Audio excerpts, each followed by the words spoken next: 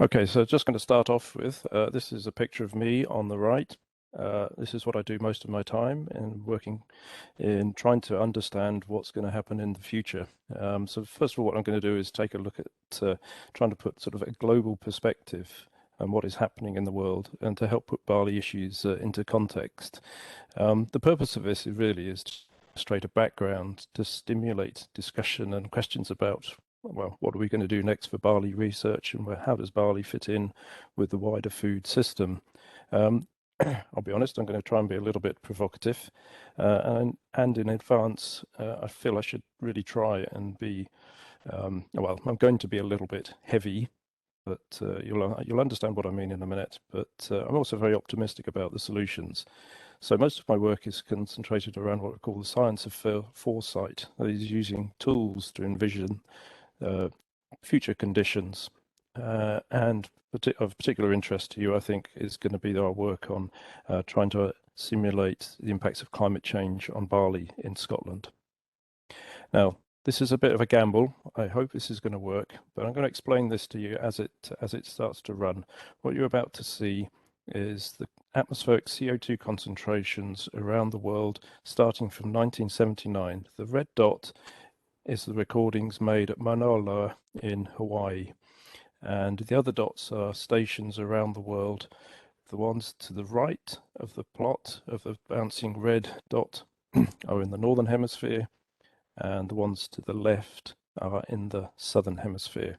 And what you see growing on the right-hand side is what we call the Keeling curve. This is the atmospheric CO2 concentration. I'm sure you've probably seen this before. The reason for showing this to you now is just to highlight how things change and how quickly things change. From January 1979, when the atmospheric CO2 concentrations was 336 parts per million, and what it goes up to at the current time. It's a very short period of time in which we're seeing very, very rapid changes in the key driver of climate change. The other thing I'll draw to your attention is just how much the concentration comes down each time there's a little bounce. That's because of the northern hemisphere primarily absorbing large quantities of carbon in forests, peatlands, and crops. And I think it's an aspect that would be very, very useful to explore further in the discussions.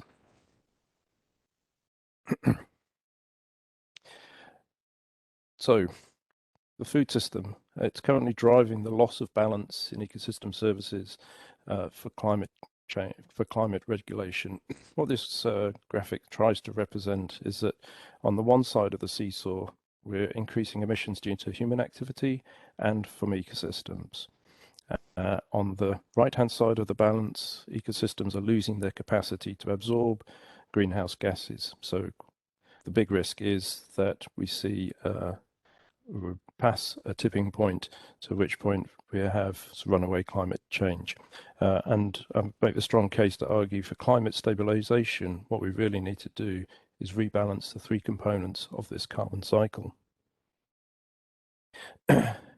So we know that food systems are damaging the planet. They're driving climate change, they're causing biodiversity loss, habitat degradation and loss, and soil loss. It's reducing air quality, it's causing pollution, it's associated with poor diets. We currently have an obesity pandemic, I would argue. And a recent figure from Crippo et al. In 2021 put the global food system now accounts for 34% of global greenhouse emissions. And that's a really quite a difficult figure to try and pin down exactly what that means, but it primarily includes production. It's about 70% of that 34%, but the rest is also from energy used in it and transport, etc. And I really like the quote on the right-hand side. If food loss and waste were a country, it would have the largest carbon footprint in the world after USA and China. So really we have to consider also issues to do with food waste as well as how it is produced. So the level of risk we face in the future, it depends on the emissions pathway. On the graph on the left, we are currently on the red trajectory. We have high emissions, we have degrading ecosystems not able to sequester carbon and regulate the climate. And what we really want to be doing is going on to the blue line on the left-hand plot, which will hopefully keep us within about 1.5 degrees. And the graph on the right-hand side sort of illustrates where those sort of areas of risk might be.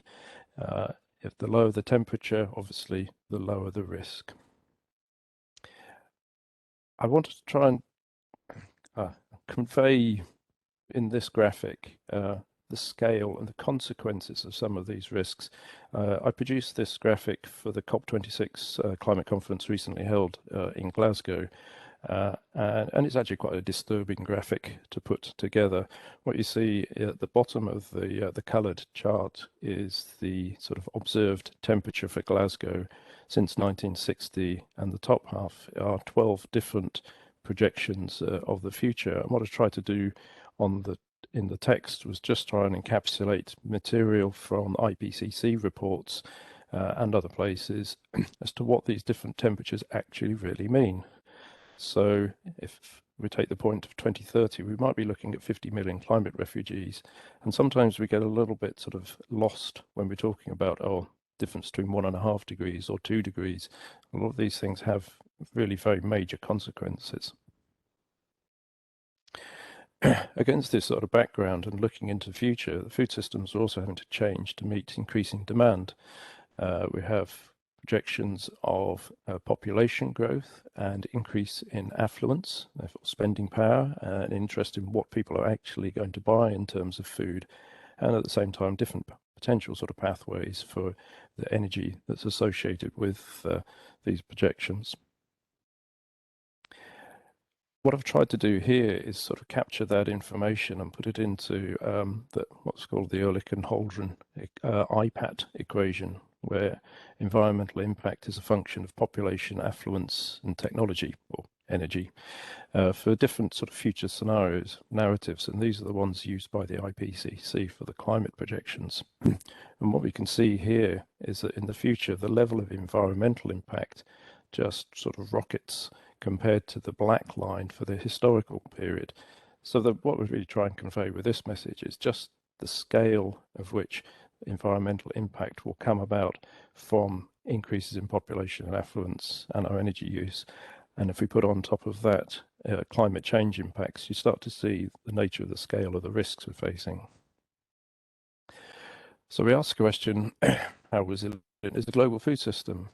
Some recent work we did in the last couple of years sort of estimated that a previous 1 in 100 year production shock is likely to increase to 1 in 30 years by 2040.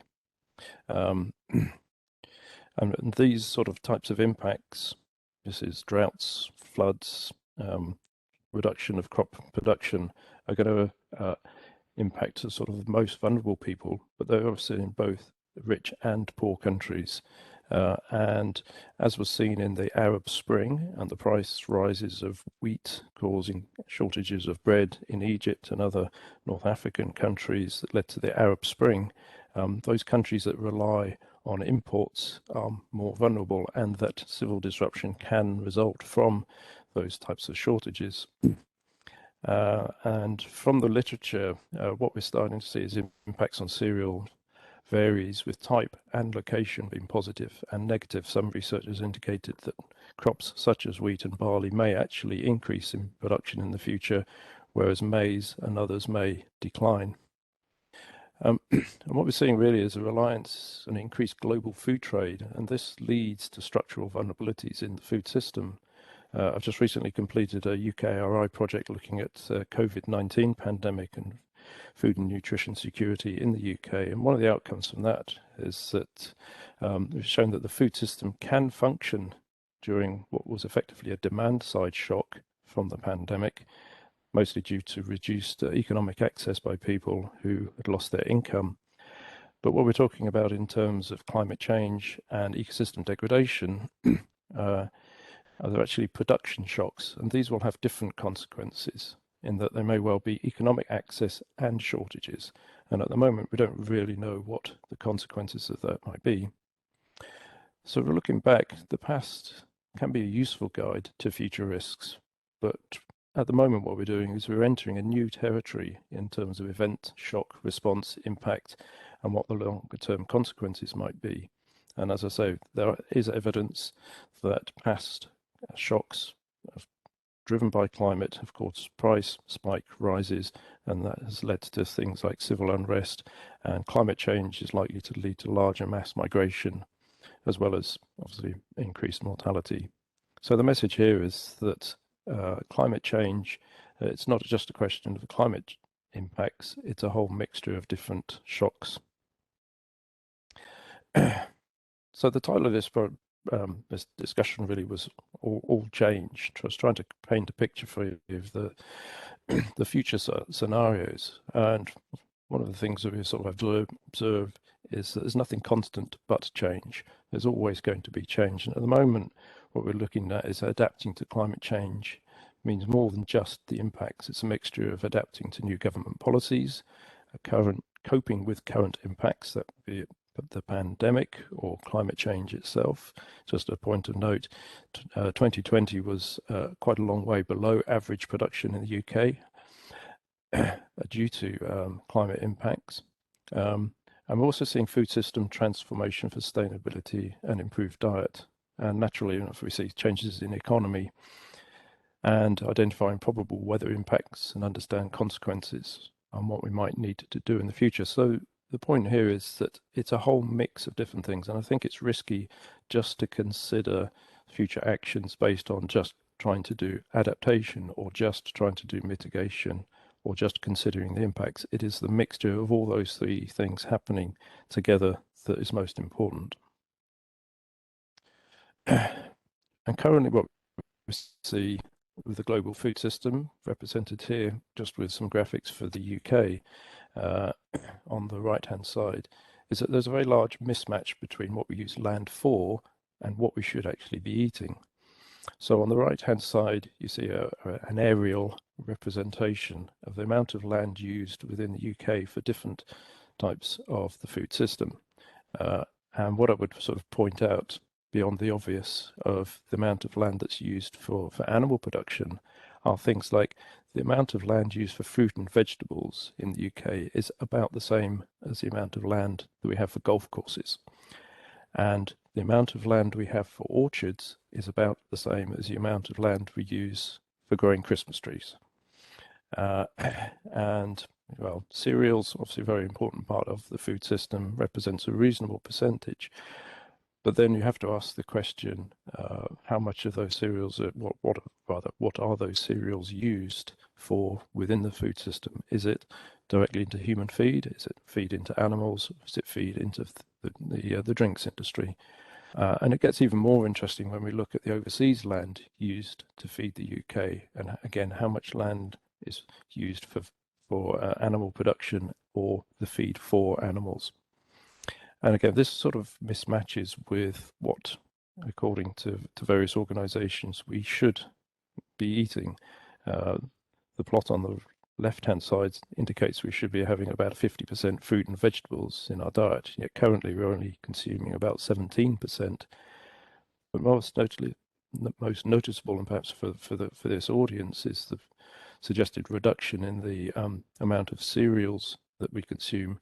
Now, I would make an argument that there's a slight flaw in this graphic, and that doesn't necessarily relate what those cereals are actually used for. So I just to throw the question out about how there may be an increased need for cereals, but more for direct human consumption. So what I'm going to do now is focus down a little bit more onto Scottish agriculture and climate change impacts. The previous studies that have been involved with have indicated that Scotland may be less severely impacted than the rest of the UK and Europe, and indeed globally, and that actually there are quite good opportunities because we have potentially a longer growing season and more favourable growing conditions. However, there are also increasing risks from extreme events and the variability in the climate, plus additional risks from pests and diseases. So we've shown that yields have the potential to increase when water is not limiting, but decrease when it is. So what I'm going to describe now is just a little bit details about some further work we've done on crop modelling of barley to assess future impacts. So what we've done is used a crop simulation model. DSAT is the platform, and we've run this model across the barley growing areas of Scotland at a 1 kilometre resolution using high resolution soils data, and used future climate projections for a high emissions scenario. And this just sort of is just a different graphic representation of that. And I would point out that what we have is, in fact, across the whole of Scotland, nearly 500,000 unique soil weather combinations, which we then run with 12 climate model projections. And these are fed into a range of tools, agrometeorological indicators, and I'll show you an example in a minute, crop simulation models, and soil water balance models, and other tools as well.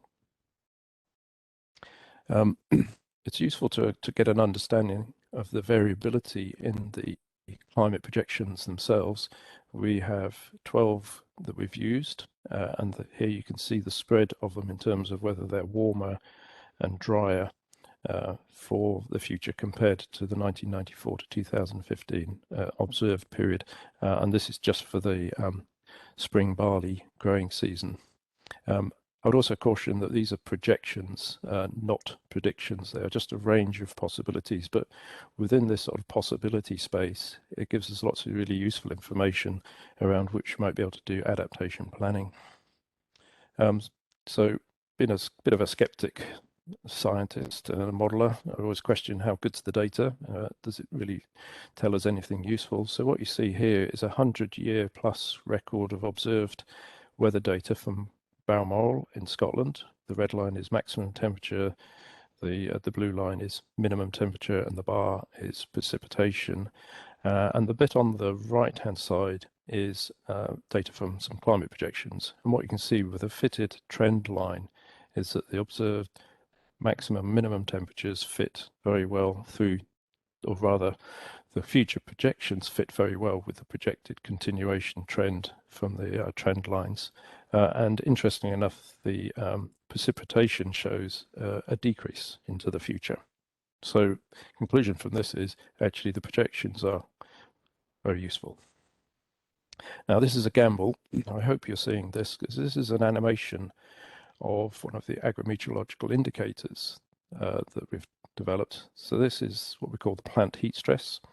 It's a count of a number of days when the maximum temperature is more than 25 degrees C, and it's run using a high emissions scenario and calculated at a 1 kilometre resolution across the whole of the UK.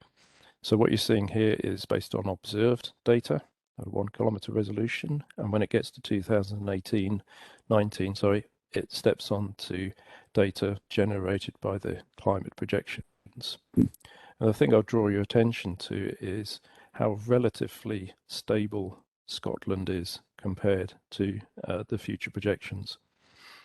When I was recently showing this to a bunch of civil servants from the UK government, somebody was writing in the text, so what's this going to do for house prices in the southeast of England?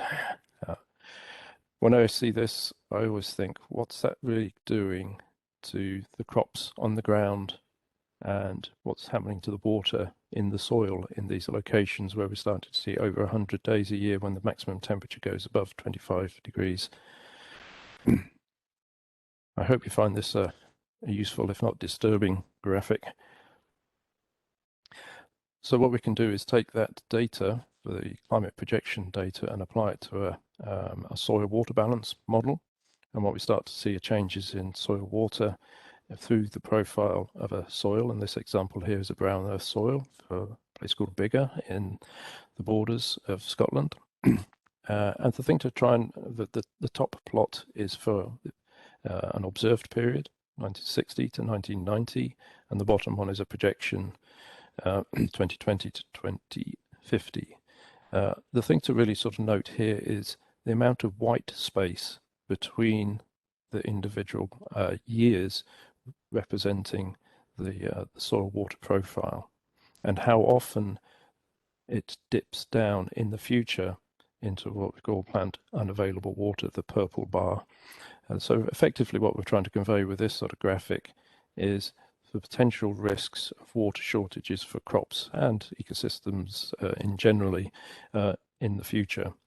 And it's also quite hard to perhaps pick out from this plot, but whilst the soils may be dry, there may still be precipitation during the growing season, during the summer, but that water is available for evapotranspiration and can easily be lost to the system. So the overall message from this graphic, these sets of graphics, is there's going to be less water available. And from that information, we can try and identify areas at risk using the soil water holding capacity information for soils. So the plot on the map on the left-hand side shows the soil water holding capacity. And what we've done is just sort of categorize that into three groups: low, average, and high. And then when we compare the balance, the climatic deficit, that is the balance between the amount of precipitation going into the soils and evapotranspiration lost from it, we can start to identify which parts of the country may be more or less vulnerable to water shortages. And then using the crop simulation models I was describing earlier, run across the whole of the barley growing areas for Scotland, we start to see where increase or where yield may increase or decrease. So what you see here are the results from running the simulation with 12 climate projections through to 8 projections. And what we're trying to convey here is the certainty or the changes in uncertainty associated with using different climate projections.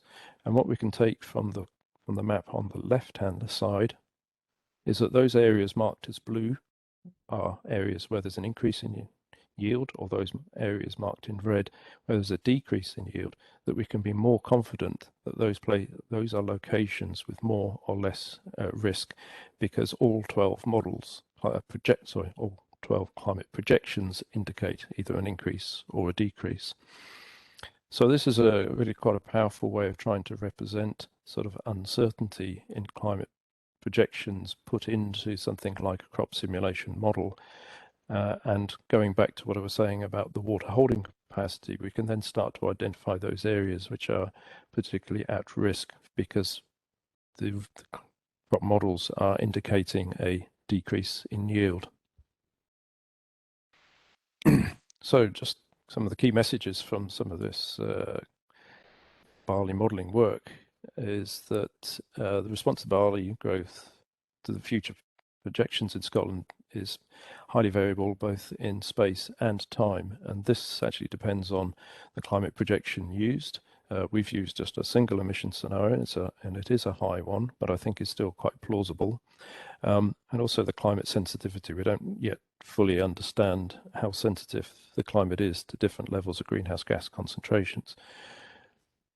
The spatial and temporal distribution, it varies considerably across Scotland. We have a high west to east rainfall gradient. The west is very wet, the east is really quite dry and increasingly becoming dry as we look into the future. And the climatic water deficit and soil water holding capacity are the things that are probably going to determine most what happens to barley yields in the future. Some of the actual results from the crop model indicate that yield could increase by up to about a tonne per hectare in some of the favourable years, but may also decrease from current levels when we have water limitations. What we've done is we've tried to avoid actually quantifying the yield increase or decrease. We've actually focused more on whether it's a sign of the change as to whether it's an increase or a decrease. And that's partly because there are some issues to do with calibration and validation of the model itself. I'm quite happily answer more questions about that if you're interested. So really what we can say is about the future projections is what we can like to see in Scotland, at least, is a mixture of good and bad. And what we're likely to see is an increase in variability. And I think that's going to pose some interesting challenges in terms of farmers' choices about varieties and how they're planning to manage the crops to cope with that climatic variability. And I'll also sort of go back to the point that I made, that Scotland is actually relatively, shall we say, insulated against the impacts of climate change for now, at least, because the impacts are potentially quite beneficial to crop growth. But we have to try and put that into the context of what else is happening around the world, and that the 2.2 degree temperature rise by about 2050, so the average of the projections that we've used, may be tolerable in Scotland, but in terms of a global context, they're likely to cause sort of catastrophic ecosystem collapse or loss of function, consequences on sort of global economics and society as well. So just to conclude, really, and actually just throw out some questions, hopefully we can have some good discussion in a minute. The change in the food system due to the demand changes, policy changes, particularly how to achieve net zero emissions, are going to affect what barley is produced for. Now, a current estimate is that about 40% of what's grown in Scotland goes to animals, only about between 10 and 15% goes directly into people, and the rest goes into the drinks industry. So what was likely to happen to that sort of relative balance if, for example, there is a reduction in meat consumption, as the Committee on Climate Change recommend, and therefore there's less demand for animal feed and more direct human consumption. So how's that going to that shift in the balance going to affect demand for barley, and what research to support barley needs to be doing? And also we have to face up to some sort of uncomfortable issues to do with the way the food system works. Basically, where does the money go, and how do we reconcile the profit motivation with the challenges for sustainability? Climate change impacts are likely to both be beneficial and negative on barley growth in Scotland. So how best can we utilise that information so we can minimise the risks and maximise the benefits? And again, in a global context, impacts elsewhere are likely to be more negatively severe. So does that mean there's additional opportunities for barley grown in Scotland, but also what's happening to barley in other countries?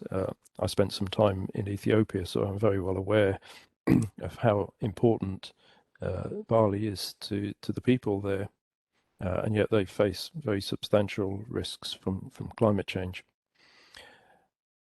And in terms of agronomy, is there a potential for more targeted use of the varieties to suit soil types based on risk mapping? Could we take risk mapping forward to say these are the types of varieties that we can recommend now, but also how do we design new varieties to cope with future climate variability and variations in how the crop responds depending on the soils that it's grown on? Overall, soil water balance results indicate the need for deeper root development and water use efficiency. The results we've seen from the soil water balance model indicate that in spring there may be a deficit of water near the surface in the top horizon just when a crop is trying to establish. So as there are opportunities as well to try and develop varieties that are able to set down roots to try and make sure they can access water. And I just pose the question, should barley research focus on carbon sequestration and reducing greenhouse gas emissions as the main rationale for barley research, and also just explore potential for earlier sowing? If we've got a longer growing season, can we establish crops earlier? So are there maybe sort of risks associated with frost damage, even if frosts are projected to occur less often? But also, how do we make the most of the opportunities posed by warmer temperatures and more rapid development through phenological development, so that we can effectively slow development to maximize biomass accumulation? Those are just a couple of questions I've sort of throw out just in case we didn't find anything to talk about in a second. So thank you very much for your time and for listening. Thank you.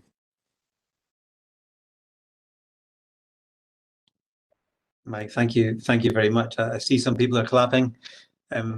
You won't be able to hear them because they're all muted, but thank you very much for really enjoyable presentation. We have some questions already in the chat box. Some of them I think you may have answered already in your last slide, but let's just go over it again. So the first one is that, and it's from me. So many of the audience are crop or plant scientists, breeders or geneticists, and coping with climate change from just what you've told us there is really very complex indeed. So the question is, do you have any advice, or I think you gave us some suggestions about how we should focus our research to proactively help address these impending issues. Impending is what I meant. Well, hopefully I've sort of covered some of that. I mean, just over the years of running the crop simulation model with different climate projections, the thing that keeps coming down to is the relationships between individual soils and the water available to them.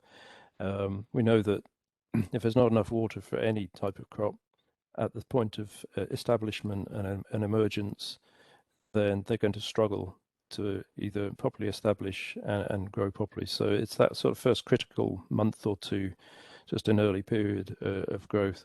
And what we've seen is that in some years in the future in Scotland, you might see absolutely perfect conditions, just the right sort of conditions, adequate water, good temperatures, and then when it comes to the point of getting to physiological maturity, you've got nice, hot, dry conditions, everything's just great. But what we're starting to see with the sort of like the loss of stability within the climate is changes in seasonality, and that we might end up with very dry springs and very wet summers in some years. I would caution you against going just with the headlines of sort of warmer, wetter winters, warmer, drier summers, because it's relatively meaningless. We need to know the specifics of what's happening at a particular time in the year. So I think what I've witnessed just through the use of the crop simulation models is very much the need for crops and varieties of barley that are able to adapt, or no, I'll say that again, are able to cope with a wider range of future growing conditions, because, as I say, the past isn't necessarily a good indicator as to what future conditions will be like. Mm. Maybe somebody from the more Mediterranean areas would like to comment on that, because I think I'm aware that they're starting to grow spring varieties over the winter now, simply because of some of the issues you mentioned with water. But let's go on to somebody else's question. From James and Brosnan. Mike, to what extent do you agree with the quote from Terminator 2? This is a Boris Johnson question, isn't it? The future is not sent, there is no fate, but what we make for ourselves. Sorry, I was referring to the piggy thing that you talked about the other day. Well, first of all, I'm really amazed that James able to be able to quote the Terminator. Absolutely. I think I tried to say right in the very first slide really is that whilst I'm very conscious that when I do these sort of presentations, a lot of it is sort of existential crisis, doom and gloom, but I'm actually very, very optimistic about the potential solutions and that there are opportunities for sort of win-win situations. So no, the future is not set. It's in our hands. There's some fantastic things happening around the world. In terms of things like ecosystem restoration, that's helping to redress some of this sort of balance that I tried to show with that seesaw diagram. I think perhaps now might be a reasonable time. I don't think it's been published. I was privileged to get early sight of a paper that's come out, some researchers, two guys in California, who have done a modeling study looking at what would happen to emissions if over the next 15 years we transitioned away from a meat-based diet to a plant-based diet, and I think, if I remember off the top of my head, it concluded that if we reduced meat consumption and didn't have a livestock system effectively, and all the land that was used previously for animal production was restored to, formerly to grassland or to rainforest, etc., it would account for about 68% of the emissions we need to reduce to keep temperatures below 2 degrees. Now, you can ask questions about how good the modelling is, but it gives you a sense of the scale of what could be done in terms of both reducing emissions from parts of the food system and doing large-scale ecosystem restoration to both reduce emissions and capture what's in the atmosphere that should actually be in plants, vegetation, underground. So just long-winded question response to James' question. No, the future isn't set. We have the opportunity to very much shape it, and there's some very good tools with which we can do that. Thanks, Mike. I should say, if anybody wants to comment, can you unmute yourself? Is it possible to unmute yourself? Zoe, can people unmute themselves? Zoe They can't. should be able to, Robbie. They should be able to. So if anybody wants to comment or to say something, I can't see everybody's face on the screen. So in a sense, you'll just have to butt in and say something. But don't be afraid or ashamed to do it. Just butt in and say, no, Mike, that's rubbish. And there are other projections which say X, Y, and Z. So next question from Ian Dawson. How susceptible globally is barley production compared to other cereals as the climate changes? So is it better or worse than wheat, for example, or oats or rye? Okay, I think from what I've seen in the literature, is actually barley could be one of those crops that actually could benefit from it, but we may see a need a change in the range in locations in which it's grown. I would point you towards an organisation called AgMIP, which is the Agricultural Modelling Intercomparison Improvement Project, and they've done a lot of work looking at a sort of applying crop models on a global gridded scale to just to answer that particular question.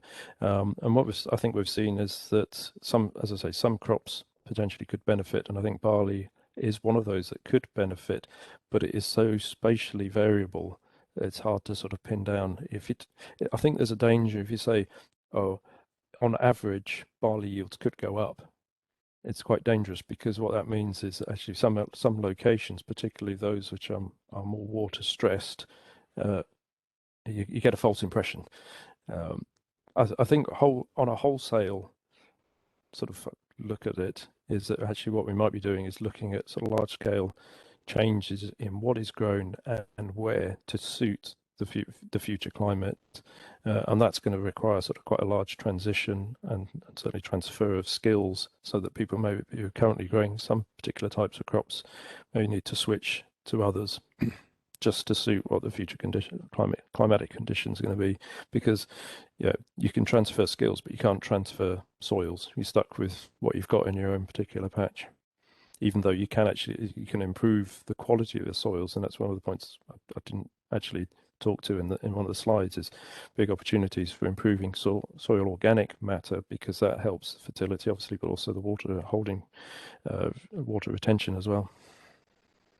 So I've just had a message from, I think it was from Luke Ramsey, saying that some people may have difficulty hearing what I'm saying because I've been sitting a bit far away from the mic. I do apologise if that's been the case. I've moved closer, so you should definitely hear me now, so my voice should be louder. So a question now from Lucas, and I guess this actually applies to the rest of the globe as well, but will predicted climate change open up new areas of Scotland and the world for arable production? Okay, thanks, Luke. Here's a good question. What we've been working on in Scotland is re-implementation of the Land Capability for Agriculture classification system, and again running it with climate projections for Scotland, just to hopefully answer that particular question. And what we're seeing is that climatically, yes, there could be an easing of restrictions in places like Scotland, but as I say, what doesn't change are things like the soils. So for say somewhere in Scotland, which currently isn't best suited to arable production, in the future climatically it could be, but it still might only have a soil which is sort of 250 or 25 centimeters deep or less or more slightly. It's so some of the physical things might not change. So it's a bit of a mixed response. Yes, climatically it could open up some new areas, but there'll still be some physical constraints that may limit what can actually happen. In terms of how that plays out sort of on a global thing, I think the same would probably still apply. But on the other hand, what we've seen with the calculations for land capability for agriculture as applied in Scotland is that areas which were previously classed as prime agricultural land, really good quality agricultural land, may actually be at risk because of the future soil dry conditions. So it's a double-edged sword. You might see some areas that could benefit from that easing of climatic constraints, but also additional constraints put in other places, primarily because of the lack of water. Mike, a question from Sonia Negrao, who's I know has got a big interest in water. She asks, or the comment first is that the models you presented are brilliant for the UK and Scotland. Are they available at the EU level or global level? Thanks, Sonia. Unfortunately, the soil water balance model that we've developed and applied, unfortunately not, but the DSAT crop model is very much available. Quite happy to provide sort of links to the sites where you can access it. It's a globally applied model. It's one of the most popular crop models in use, and I think quite a few colleagues have applied it in different parts of Europe, for the whole of Europe. As I say, the AgMIP organization have applied it across the whole globe on a gridded soil climate basis. So yes, they are available. But what I would say, the main challenge is not actually accessing the model or even running them. It's getting good calibration and then validation data to run them with and test them with. Mike, I've got 3 more questions for you before we wrap this up. The first is from Tom Mulholland from Chivas. Are there projects ongoing to determine which landrace varieties show greater root development traits to crossbreed these with current high-quality beverage industry strains? Okay, well, I'm going to hand that straight back to you, Robert, because I do not know. This is your area. Well, we can probably pass that out to the community that are listening into this talk. Is anybody working on root development or root architecture traits in landrace and wild species? If you are, shout now. It's a difficult subject by the looks of things, Mike. I don't think anybody really is. So maybe that's a target for the future research programs. Okay, so from Lucy, I don't know who Lucy is apart from being Lucy, but I'll just say, Lucy thanks you very much for the presentation and asks the question, would you say there are many ways in which carbon sequestration could easily be increased by adapting basic management techniques that aren't already general practice for growing barley? That is no-till, for example, or using organic fertilizers. Indeed, thanks, Lucy. Yes, I mean some of our colleagues. I would point you to Kathy Hawes at the Centre for Sustainable Cropping, very much looking into these issues, the use of agroecology approaches, and as I sort of pointed out in the presentation, it seems a fairly intuitive, logical thing to do is to try and increase the amount of carbon that you have in the soils, both for the purposes of carbon sequestration, but also for improved sort of water holding and sort of nutrient exchange potential as well. And I also sort of often wonder, I mean, I grew up walking through sort of fields of barley when I was a child, and it was sort of almost at my head level. And now we see very, very short-stemmed varieties. And it was struck me that that's a loss of opportunity in a way of the carbon that could be captured in biomass through going back to longer stem varieties. Now, obviously, you've got problems with lodging and other issues to do with that, and also what might be used, or what the material, the straw, may be used for. But yeah, I certainly think a combination of different things is sort of the agroecology approaches, and potentially varieties that are developed specifically for both actual food yield production and carbon sequestration potential as well. Yeah, there are win-win situations out there. Thanks, Mike. So a quick comment is that Laura responded to say that she has colleagues in Italy working on root architecture in a certain set of germplasm that we're studying in an EU project. And I can confirm that this is also going on in the James Hutt Institute in Dundee. it's particularly with our environmental sciences staff. So last question I have is a comment first from Ernesto Iguarta from Spain. My understanding is that shallow roots do not add much carbon sequestration to the soil. Can we claim that deep rooting will improve carbon sequestration by annual crops like barley? Is there a threshold depth for this claim? Thanks, Ernesto. That's a good question. To be honest, when I was mentioning about the deeper rooting things, I wasn't particularly thinking about the additional carbon sequestration potential, more that how can early established plants reach the water in a soil when the level of water in the profile may be sort of depleting. So it's just that sort of critical 1 month sort of period around sort of establishment and early growth. So in terms of the sort of carbon capture, the sequestration through roots, then possibly sort of limited, but where are the limits and what could be developed in the future for your colleague in Italy saying you're working on it and you're working on it as well, Robbie. I mean, what's to say that in the future sort of roots can't be sort of more substantial and be deeper, so that yes, it is effectively putting more carbon into the soils. They're not the easiest trait or part of the plant to work with, of course, but there are some people who have got lots of energy in that area. So listen, Mike, I just want to thank you personally, and I'm sure for everybody else that's listened in today, that we really enjoyed your talk. Thank you very much for preparing it and presenting it in such a nice, casual manner, and for answering all the questions. We had a good number of questions, which was really encouraging. So I just wanted to mention a couple of things before everybody leaves. You'll have seen perhaps that I posted in the chat box that I.L. Friedman has changed the title of his seminar. So on the 24th of February, I.L. is going to be talking about recombining genomes and alleles of the wild for better adapted barley. That's in 2 weeks' time. In 4 weeks' time, Neil Havis from SRUC in Edinburgh and one of his postdocs are going to be talking about, and I'll do this in inverted commas, barley diseases. So I've not got a full title yet from Neil, but he'll be talking about certain barley diseases, I think, which are probably important, certainly in Northwest Europe. And then we have a program coming after that. We'll publicize the rest of the speakers as they come online. So I also sent a link to the kind of community initiative thing that I mentioned right at the very beginning. If you're interested in signing up to that, to listen to some more kind of science-led talks like the one by I.L. Friedman, then please do. It's a very simple question. It asks for your name and your email address, basically. So please do sign up if you have any interest in that at all. So once again, I'd like to thank Mike. I'd like to thank everybody for joining us.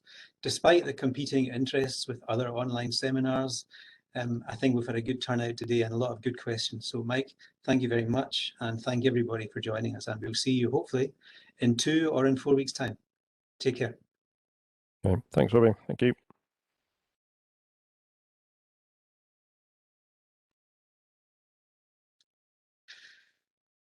Bye-bye.